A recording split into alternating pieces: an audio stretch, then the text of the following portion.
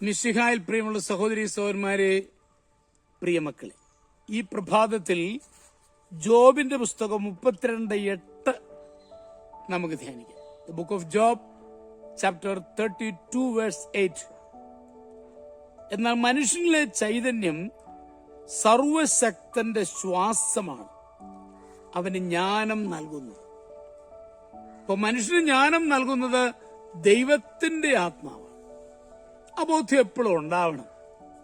ആ ആത്മാവിനുള്ള ബന്ധം നിലനിർത്തുവാൻ നമുക്ക് കഴിയുമ്പോഴാണ് നമ്മൾ ജ്ഞാനിയായി മാറുക.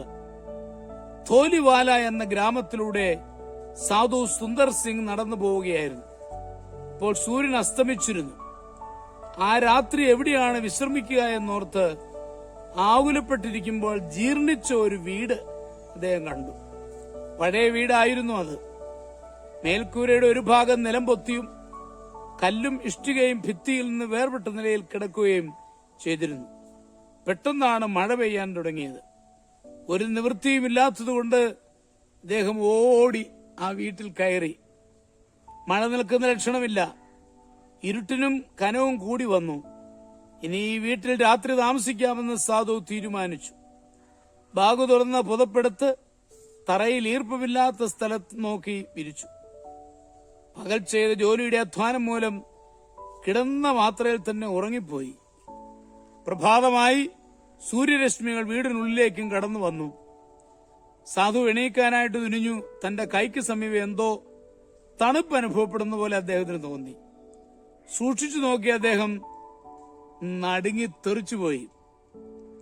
പുതപ്പിന്റെ അടുത്ത് അദ്ദേഹത്തോട് ചേർന്ന് കരിഞ്ചാത്തി എന്നറിയപ്പെടുന്ന ഉഗ്രവിഷമുള്ള ഒരു മൂർഖൻ കിടന്നുറങ്ങുന്നു. പരിഭ്രമം മൂലം സാധു പെട്ടെന്ന് ഉരുണ്ടുമാറി. ആലില പോലെ അദ്ദേഹത്തെ വിറയ്ക്കുന്നുണ്ടായിരുന്നു. പുതപ്പിൻ ചുരുണ്ടുകൂടിയ മൂർഖനാകട്ടെ ഉറക്കം നഷ്ടപ്പെട്ടല്ലോ എന്ന ചിന്തയോടുകൂടി ഇഴഞ്ഞു പോവുകയും ചെയ്തു. താൻ രക്ഷപ്പെട്ടു എന്നറിഞ്ഞിട്ടും സാധുവിനത് വിശ്വസിക്കാൻ പ്രയാസമായിരുന്നു.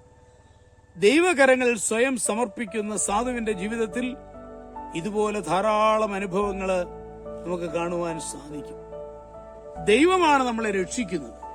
ആ ബോധ്യം എപ്പോഴും നമ്മുടെ ഹൃദയത്തെ കാത്തു സൂക്ഷിക്കണം.